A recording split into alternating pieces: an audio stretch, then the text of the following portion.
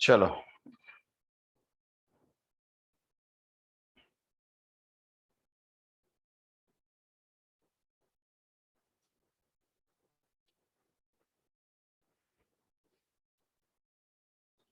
बताओ, which one is not possible through Friedel-Crafts reaction and why?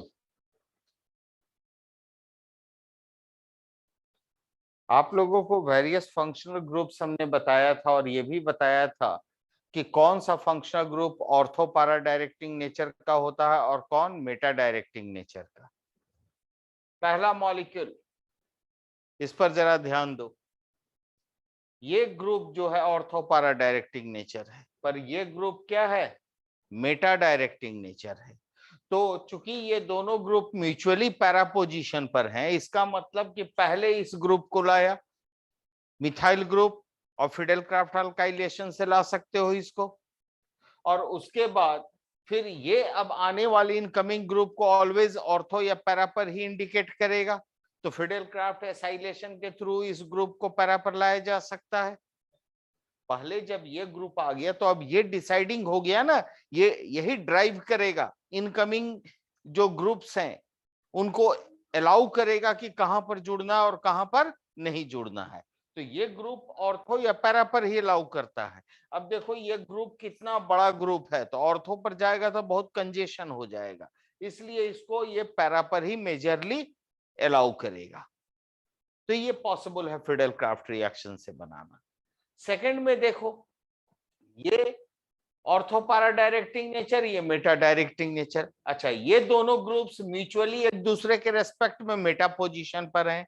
इसका मतलब पहले हम फिडेल-क्राफ्ट एसिटाइलेशन करेंगे, एसिटाइल ग्रुप को पहले ले आएंगे बेंजीन रिंग पर, अब बाद में लाएंगे मिथाइल को, तो ड्राइविंग फोर्स कहां से आएगा, एसिटाइल ग्रुप से, और ये मेटा डायरेक्टिंग नेचर है तो ये मिथाइल को ऑलवेज इंस्ट्रक्ट करेगा to join the molecule at meta position. Clear, समझ रहे हो ना? Yes sir. तो ये भी पॉसिबल है फिडेल-क्राफ्ट रिएक्शन से फॉर्म कराना। अब इसमें देखो, नाइट्रो ग्रुप ये भी मेटा डायरेक्टिंग ग्रुप है और एसाइल ग्रुप ये भी मेटा डायरेक्टिंग ग्रुप है। मतलब दोनों में से कोई भी ग्रुप पहले आए वो दूसरे ग्रुप को ऑलवेज मेटा पर ही लाने के लिए परमिट करेगा, ऑर्थो या पैरा पर नहीं ला सकता। जबकि इस मॉलिक्यूल में देखो ये दोनों ग्रुप म्यूचुअली है कहां, एक दूसरे के रेस्पेक्ट में ऑर्थो पोजीशन पर। अब चाहे हम पहले इसको लाएं या पहले इसको लाएं, कभी भी दोनों ऑर्थो पर तो आ ही नहीं सकता। जब आएगा तो मेटा पर आएगा, because both the groups are meta directing by nature. So this kind of molecule cannot be formed through Friedel-Crafts reaction. इसको Friedel-Crafts reaction से नहीं बना सकते। फिर ये देखो, ये ऑर्थो पैरा डायरेक्टिंग नेचर, ये मेटा डायरेक्टिंग नेचर, तो बिल्कुल आ सकता है पैरा पर एक दूसरे के रेस्पेक्ट में। मतलब correct option is third option. और थर्ड ऑप्शन क्यों करेक्ट ऑप्शन है, क्यों ये पॉसिबल नहीं है, ये अब आपको समझ में आया? जी सर। हाँ सर। तो इस तरह से क्वेश्चन दिया था क्यों, रखने के लिए कि उसको बनाना है। अटेम्प्ट तो करना चाहिए ना, गलत सही कुछ भी अटेम्प्ट करो। सोचे यही थे, बट एग्जैक्ट एक्सप्लेनेशन नहीं समझ में आ रहा। हाँ, एग्जाम तो सबसे बड़ा बहाना है। अच्छा चलो, एग्जाम नहीं कह रहे, एग्जैक्ट एक्सप्लेनेशन। अच्छा एग्जैक्ट नहीं पता चला, हाँ ठीक है। नेक्स्ट क्वेश्चन, क्वेश्चन नंबर 5 दिख रहा है?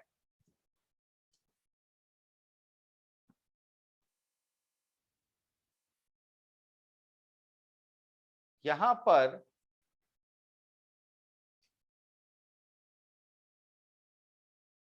ऐसा मॉलिक्यूल एक दे रखा है और इसके आगे कुछ रिएजेंट हैं, B2H6/THF और सेकेंड स्टेप में H2O2/OH-। बताओ ये कौन से रिएक्शन का रिएजेंट है?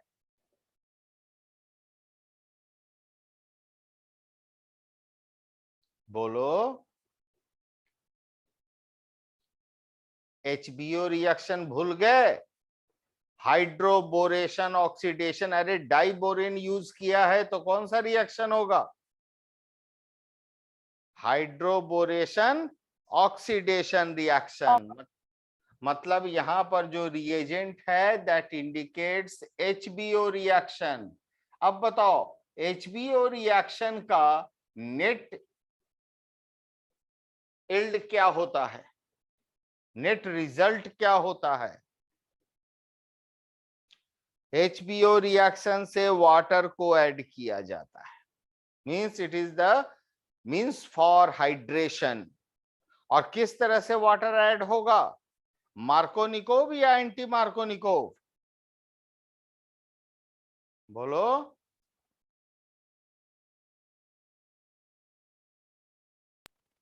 फिर से एंटी मार्कोनिकोव। Anti Markovnikov. एक OMDM रिएक्शन था, ऑक्सीमर्क्यूरेशन डिमर्क्यूरेशन, वहां पर मार्कोनिकोव एडिशन ऑफ वाटर होता था, यहां पर anti Markovnikov addition of water होगा।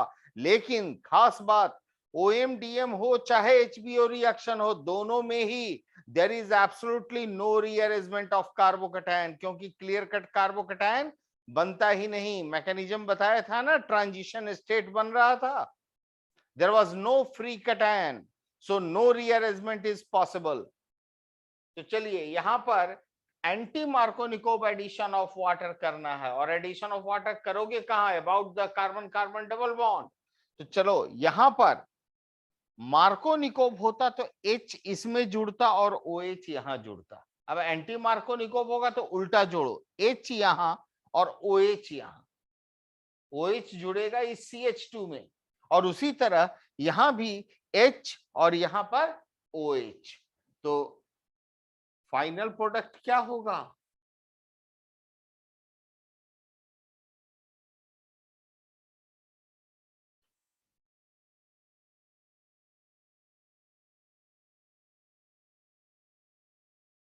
ऐसा बनेगा, बोलो।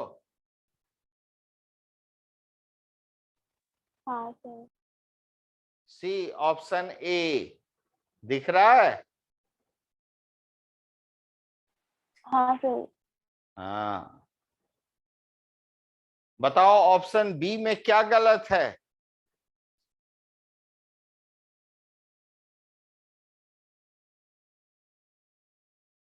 सर CH3 हो जा रहा है। Option B Markovnikov. में लेफ्ट हैंड साइड में देखो, anti Markovnikov addition of water किया है, लेकिन राइट हैंड साइड में मार्कोनिकोव एडिशन कर दिया है। आई बात समझ में? हाँ सर। सी ऑप्शन में क्या गलत है बताओ?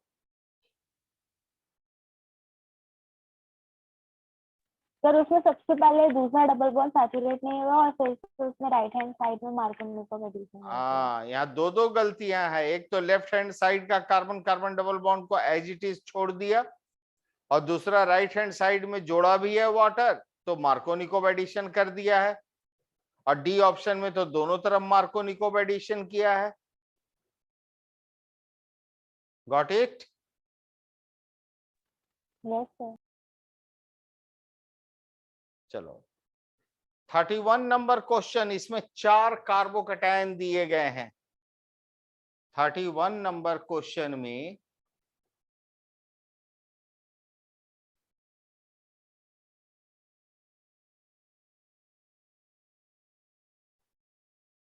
पहला कार्बोकैटायन ये है,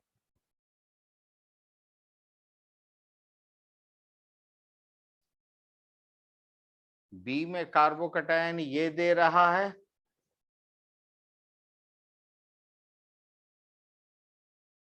सी में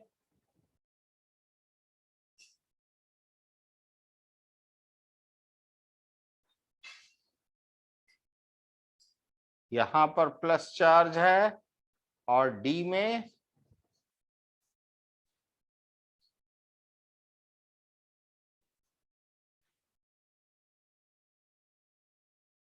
यहां प्लस चार्ज है।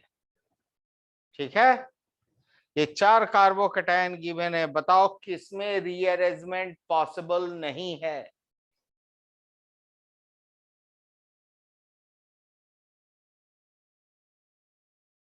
चलो पहला बताओ तो इसमें रीअरेंजमेंट होगा?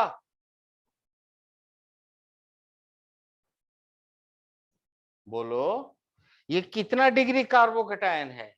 जिस कार्बन पर प्लस दिख रहा है वो कितना डिग्री है? 1 डिग्री है कि नहीं? 1 डिग्री। तो बोलो, हाँ डरो सर। मत, चुप रहोगे तो नहीं सीखोगे। गलत सही जो है बोलो। अब 1 डिग्री से ये रीअरेंज होकर कहाँ आ सकता है? 2 यहां से रीअरेंज होके इस कार्बन पर ना आएगा। हाँ सर। ठीक, दिस इज द कार्बन। यहां से प्लस हटेगा तो यहां आएगा। क्यों? यहां से एक हाइड्राइड शिफ्ट होगा तो यहां पर आएगा तो क्या बन जाएगा? 3 डिग्री। देखो तो ये कार्बन 3 डिग्री नहीं है? हाँ सर।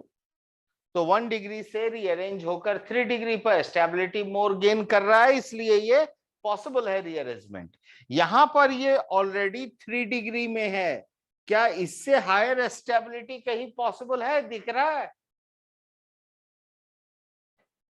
बोलो। Yes sir. हाँ यस सर। सर। हाँ, कहां पर? कहाँ सर? 3 डिग्री से अब कहां जाएगा रीअरेंज होकर? सर कहाँ, कहीं नहीं जाएगा, वहीं पर कहीं रहेगा नहीं बेचारा। जाएगा। तो यहाँ नो रीअरेंजमेंट। इसमें बताओ अभी कितने डिग्री पर है ये कार्बन? कितना डिग्री है? Sir 2 degree. 2 डिग्री। इसमें रीअरेंज होकर कहाँ जाएगा? उसके अगल बगल में कोई कार्बन दिख रहा है जहां मोर स्टेबिलिटी हो?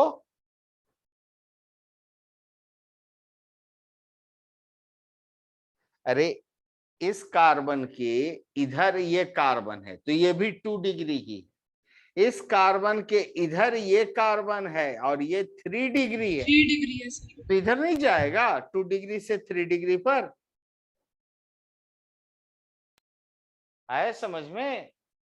हाँ सर। और इसमें देखो तो ये इसमें भी 2 डिग्री कार्बन है। 2 डिग्री है।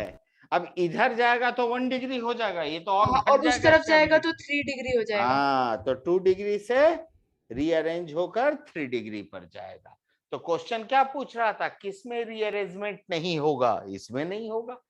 क्यों नहीं होगा? क्योंकि अभी जिस स्टेबल स्टेट में है उससे मोर स्टेबिलिटी कहीं भी और अगल बगल उसको नहीं मिल रही है।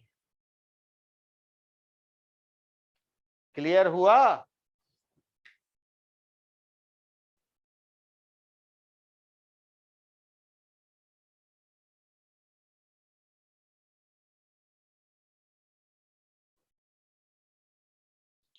अब देखो, अगला क्वेश्चन ऐसा ही है।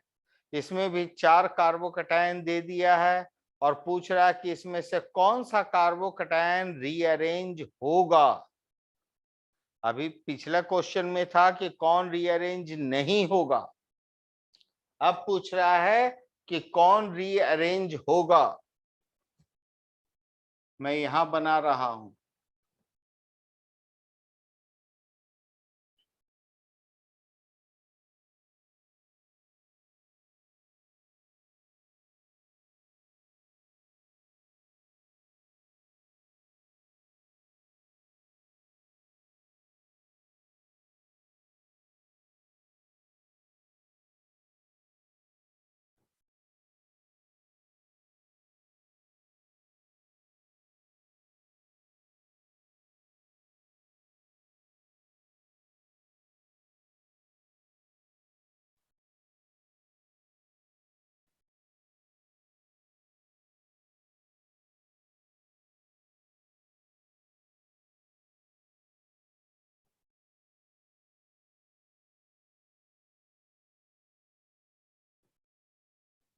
बोलो, कौन सा रीअरेंज होगा? क्या ये होगा? नहीं सर। नहीं ये सर। ये कितना डिग्री है? ये 2 डिग्री। 3 डिग्री है सर। 3 डिग्री। हाँ 3 डिग्री है। 3 सर डिग्री पहले है बेटा। जो इस बी वाला था कार्बन वही था। इस कार्बन पर प्लस है तो ये कार्बन अपने अलावा देखो कितने कार्बन से जुड़ा है, एक इससे, तुम लोग डिग्री काउंट करने में इतना डर क्यों रहे हो? देखो एक इस कार्बन से जुड़ा, सर एक लास्ट इस वाला होगा।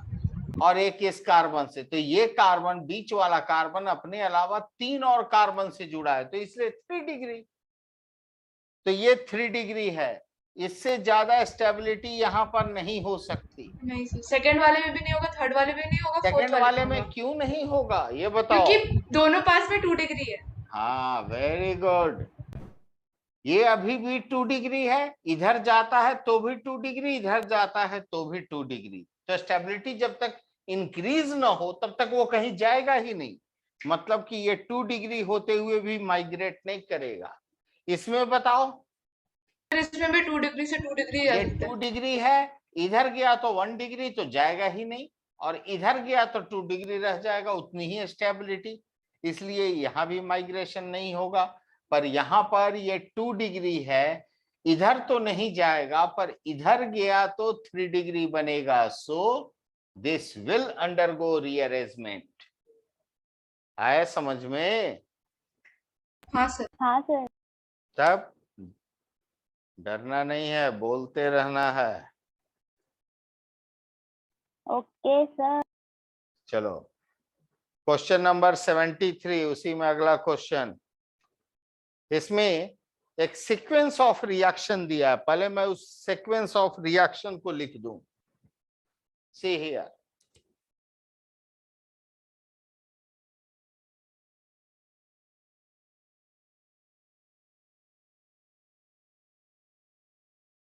ब्रोमोसाइक्लोहेक्सेन, इसको ट्रीट किया है अल्कोहलिक KOH से, तो इसके बाद बन रहा है साइक्लोहेक्सीन,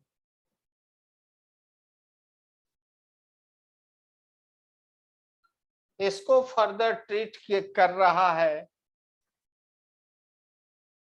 NBS से, तो यहां बन रहा है एलाइलिक ब्रोमिनेशन के साथ 3-ब्रोमोसाइक्लोहेक्सीन, और उसके बाद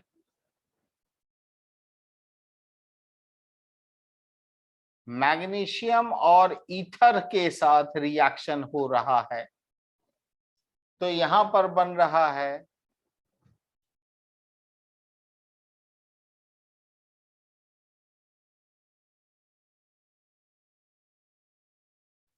MgBr और यहां साइक्लोहेक्सीन, और इसके बाद रिएक्शन हो रहा है ड्यूटेरोमीथेन से CD4 से, और तब बन रहा है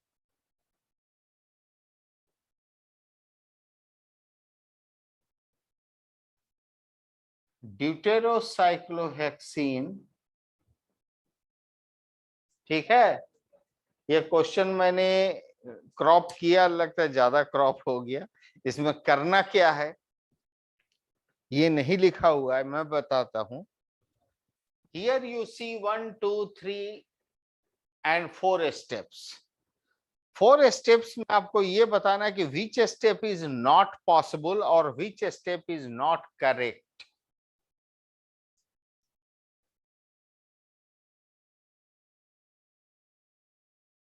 ये है फर्स्ट स्टेप, ये है सेकंड स्टेप, ये है थर्ड स्टेप, ये है फोर्थ स्टेप। कौन सा स्टेप पॉसिबल नहीं है ये समझना है। तो जरा देखो, अल्कोहलिक KOH क्या करता है? डिहाइड्रोहेलोजिनेशन करता है ना। तो यहां से हाँ। एक ब्रोमीन निकलेगा और इसके बगल वाले कार्बन से एक हाइड्रोजन निकलेगा, तो वहां रिंग के अंदर क्या होगा? एक पाई बॉन्ड आ जाएगा, तो साइक्लोहेक्सीन बन गया। बिल्कुल करेक्ट है। अब यहाँ पाई बॉन्ड आने से देखो, ये कार्बन और ये कार्बन दोनों एलाइलिक कार्बन हो गए, और NBS is the best reagent for allylic bromination. तो दोनों में से किसी भी एक कार्बन पर एलाइल पोजीशन पर ब्रोमीन आ गया, वहां से एक हाइड्रोजन को निकाल दिया। तो ये स्टेप भी बिल्कुल करेक्ट है। फिर मैग्नीशियम और ईथर के साथ रिएक्ट कराया, ग्रिग्नार्ड्स रिएजेंट बन गया। ये स्टेप भी बिल्कुल करेक्ट है। लेकिन CD4 के साथ रिएक्शन हुआ तो यहां पर अटैक कौन करेगा? ये देखो, कार्बन पर यहां एक्चुअली माइनस होगा और Mg पर प्लस होगा, और यही C- अपने लोन पेयर से अटैक करके यहां से प्रोटॉन लेता है। लेकिन वो प्रोटॉन ऐसे स्पेसीज से लेता है जो स्पेसीज प्रोटॉन डोनर नेचर का हो, मतलब जिसके पास एसिडिक हाइड्रोजन या एसिडिक ड्यूटेरियम होना चाहिए। CD4 क्या है? It is a replacement of CH4। CH4 में क्या हाइड्रोजन एसिडिक होता है? नहीं। एसिडिक हाइड्रोजन उस हाइड्रोजन को कहते हैं जो डायरेक्टली किसी हाई इलेक्ट्रोनिगेटिव एटम से जुड़ा हुआ। और यहां पर हाइड्रोजन या ड्यूटेरियम किससे जुड़े हैं? कार्बन से, and carbon is not sufficiently high electronegative. So in that case ये प्रोटॉन डोनर स्पेसीज है ही नहीं, तो इससे ये H+ या D+ नहीं ले सकता। और यहां दिखा दिया गया है कि D+ ले लिया, ड्यूटेरियम जाकर उसमें जुड़ गया। यहां प्रोटॉन डोनर स्पेसीज क्या क्या हो सकता था? H2O, ROH,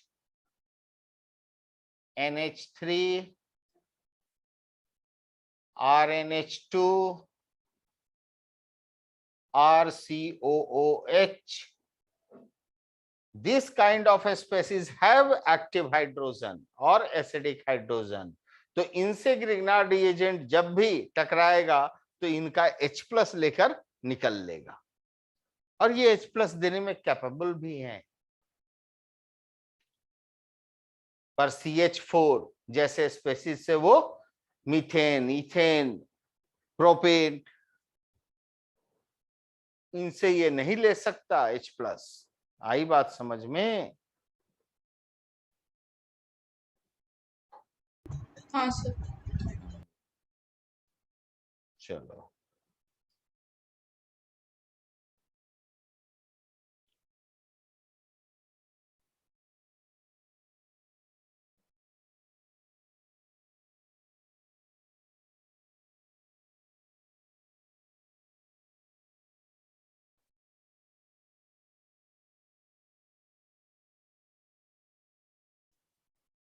एक ऑर्गेनिक प्रॉब्लम्स जो 5 मार्च को हमने सेंड किया था,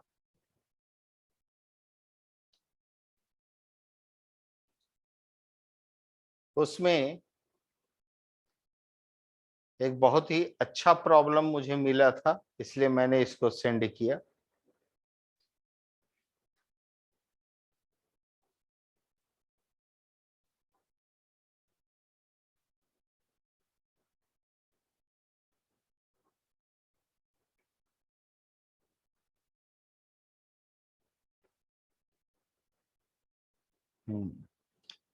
चलिए मैं ये फिगर बना देता हूं।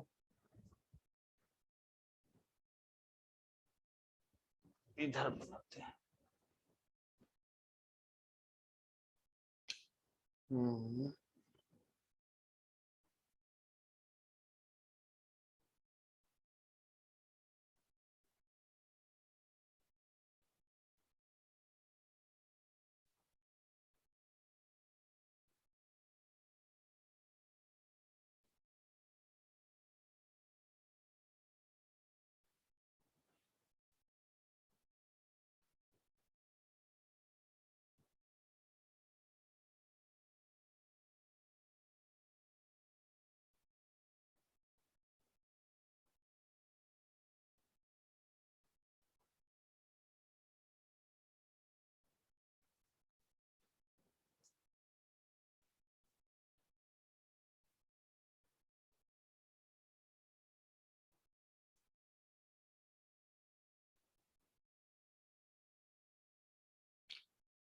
ये प्रॉब्लम ओपन किए।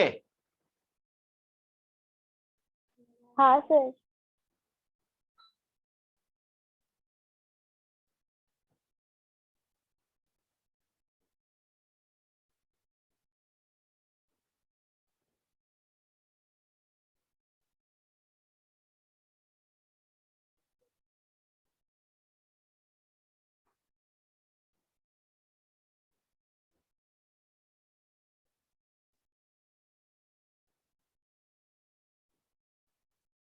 यही मॉलिक्यूल है ना, और इस मॉलिक्यूल को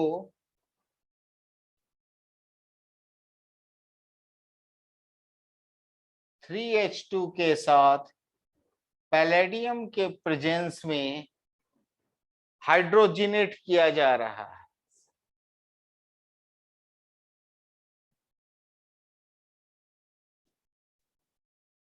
कह रहा है in the above reaction which one of the given ring will undergo reduction, कौन सा रिंग रिड्यूस होगा, और रिंग का नाम जो दिया है जिसमें से आपको बताना है ए, बी, सी और डी, ये 4 रिंग में से बताना है कौन सा रिड्यूस होगा। चारों बेंजीन रिंग है और चारों ऑलमोस्ट आइडेंटिकल कंडीशन में भी है, और रीजन भी मुझे जानकारी होनी चाहिए, तुक्केबाजी नहीं।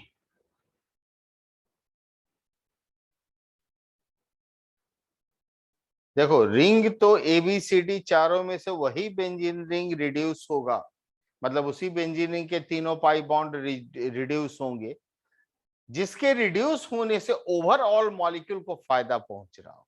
फायदा पहुंच रहा हो in terms of stability increase हो रही है। बताओ कौन सा रिंग होने से क्या फायदा होगा।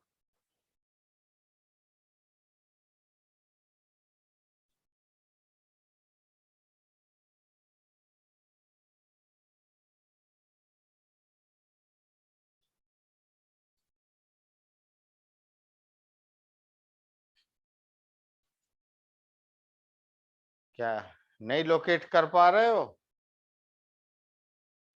नहीं सर। अच्छा ठीक है, जरा गौर करो।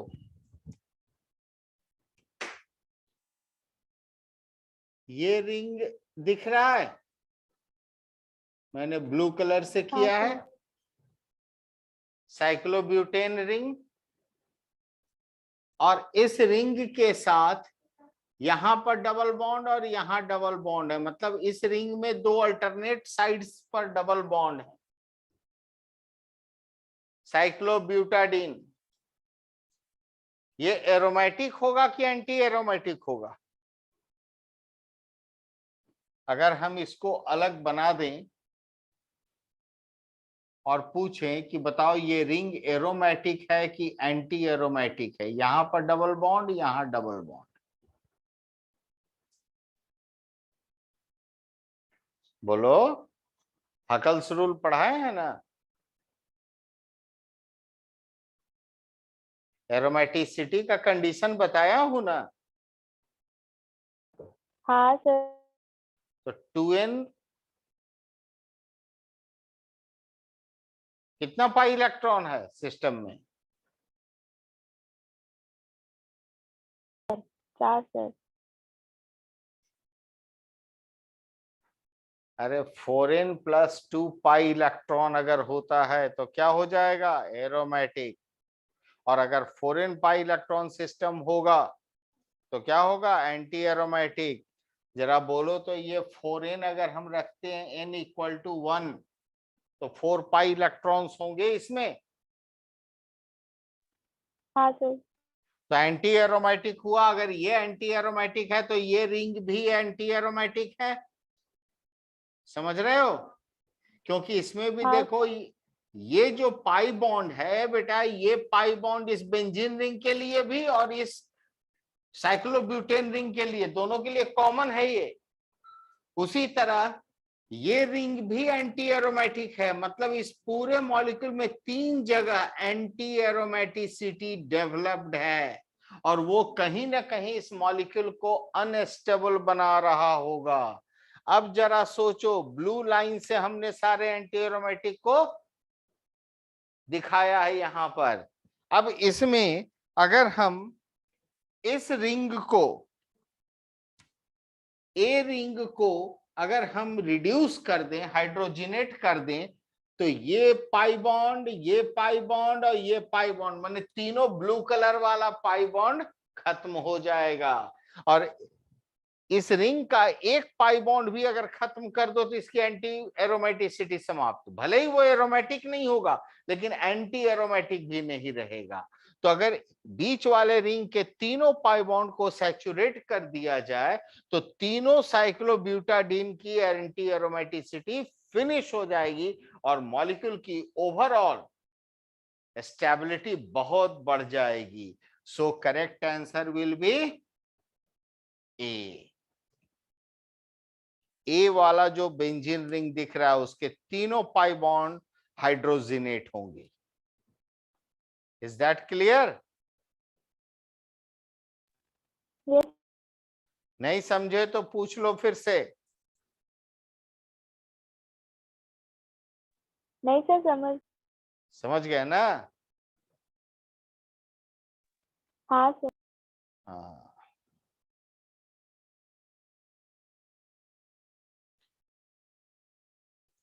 Question number 123, which free radical is the most stable?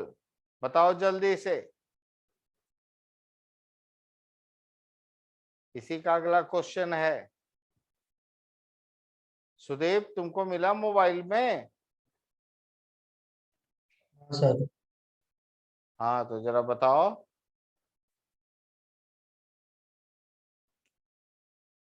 Sir मैं बोलूं? मोस्ट स्टेबल फ्री रेडिकल, हाँ बोलो। सर डी एबीसीडी वाला। में से कौन? D D. सी और D? D. D fourth number कह रही हो? हाँ सर। अच्छा अच्छा, चलो पहला जो ऑप्शन है उसमें कौन सा फ्री रेडिकल है, इसका नाम बता सकते हो? Benzylic free radical. हाँ, बेंजीन तो देखे ही नहीं। देखे ही नहीं तो ये कौन देखेगा? दूसरा एलाइलिक फ्री रेडिकल, तीसरा सिंपली 2 डिग्री फ्री रेडिकल और डी वाला simply 3 degree free radical. Benzylic के आगे कोई टिकेगा? Resonance stability. हाँ सर, वही होगा। हम 3 से 5 देखे ही नहीं। मिश्रा जी को अब नजर गया है। और सर ये क्या बोले? चलो 124 पर आ जाओ, इस बार ठीक से देख के बताओ। Which carbocation is the most stable? सबसे ज्यादा स्टेबिलिटी कौन से कार्बोकेटायन की होगी?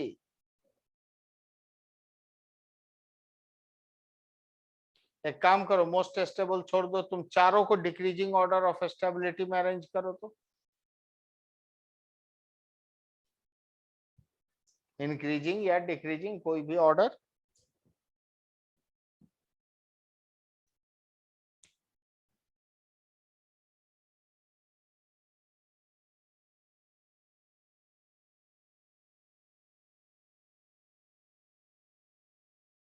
पहला में क्या है जुड़ा हुआ? CH3, ये है A।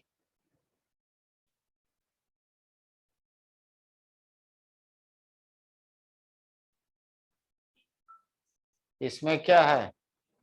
OH, ये है B।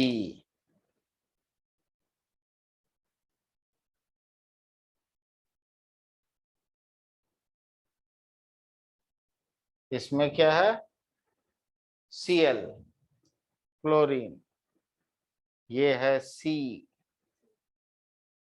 और फिर है NO2,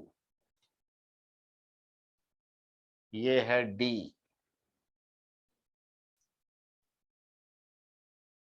पहले चारों ग्रुप्स जो जुड़े हुए हैं उनका नेचर आइडेंटिफाई करो। CH3 ग्रुप ये कैसा ग्रुप है, किस तरह का इफेक्ट देगा? +I और +R, और +R, ये देगा -I और +R, और ये देगा -I और +R, और ये देगा -I और -R। अब जरा देखिए, हमने बताया था प्लस को प्लस वाला स्टेबलाइज करता है, माइनस को माइनस वाला। तो यहाँ कैटायन की स्टेबिलिटी देखनी है तो +I +R जितना अधिक से अधिक हो। तो सबसे पहले देखो -I -R, ये तो हाईली अनस्टेबल बनाएगा, तो इसकी स्टेबिलिटी सबसे कम है, D सबसे कम स्टेबल होगा। D से ज्यादा कौन होगा? अब देखो -I और +R वाले दो दो हैं, लेकिन हैलोजन में हमने बताया था -I डोमिनेट कर जाता है +R पर, इसलिए यहाँ पर -I प्रोमिनेंट कैरेक्टर है, ये ज्यादा अनस्टेबल बनाएगा। तो D के बाद आएगा C और तब आएगा B, और सबसे ज्यादा स्टेबिलिटी किसकी होनी चाहिए? बोलो A। ये ऑर्डर जो हुआ एक्सपेक्टेड, देखने से फर्स्ट लुक में यही ऑर्डर लगेगा, पर ये एक्सपेक्टेड है। क्यों एक्सपेक्टेड हुआ? गौर करो, मिथाइल का जो +R है वो थ्रू हाइपर कंजुगेशन है, जबकि OH का जो +R है वो थ्रू प्योर लोन पेयर है। तो इसका +R पावर इसके +R से मच ग्रेटर होगा। आई बात समझ में? हाँ और इसलिए ऑप्शन में और कहीं चेंज नहीं करेंगे, बस B और A का पोजीशन इंटरचेंज हो जाएगा। This is the actual order.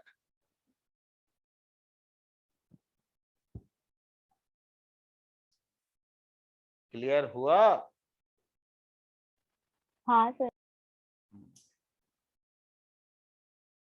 चलिए, तो इसी तरह से प्रैक्टिस कीजिए, थोड़ा थोड़ा करके। क्वेश्चंस मैं भेज रहा हूं तो उसको एकदम बनाना है, सही हो गलत हो वो आप मेरे साथ डिस्कस करोगे, लेकिन जब बनाओगे ही नहीं तो ऐसा थोड़े कि मैं क्वेश्चन भी दूं और मैं ही बैठ के बनाऊं उसको।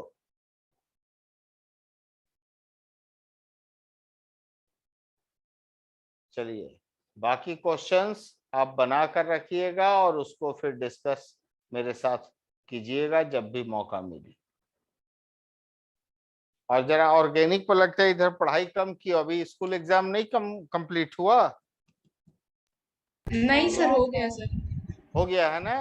हाँ सर। कब हुआ? आज? नहीं सर, नहीं, 4th सबका को। 4th को हुआ। तो अभी तक क्या कर रहे हो? विमेंस डे मना रहे हो? नहीं सर, अभी तक नहीं है ना। जरा फटाफट ऑर्गेनिक का टाइप्स ऑफ रिएक्शन और रेजोनेंस, हाइड्रोकार्बन, इन सब के रिएक्शंस जरा अच्छे से याद कीजिए फटाफट। ठीक है? हाँ सर। हाँ, और घर में पढ़ाई नहीं हो पा रहा है, आइए सेंटर पर बैठ के पढ़ाई कीजिए, लेकिन पढ़ाई करना होगा। जितना अभी 11th में बेस मजबूत करोगे ऑर्गेनिक का, जो अभी बताया GOC, that is the backbone of organic, उतना हेल्दी कंडीशन में रहोगे 12th के ऑर्गेनिक के समय। और नहीं तो लगेगा पहाड़ जैसा, फिर मुझे मत कहना कि सर आपने अलर्ट नहीं किया था। ठीक है? हाँ हाँ sir. Sir. Okay, so let us finish the class today. Okay sir. Thank you sir. Okay, thank you. और कितने कितने लोग हैं? 1 2 3। सर सौरभजीत अभी ज्वाइन किया। सर, सरबजीत मेरी आवाज आ रही है? सरबजीत,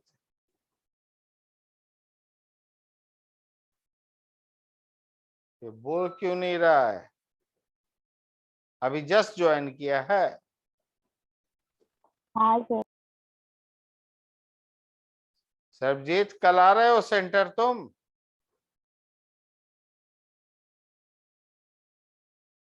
कुछ नहीं बोल रहा है।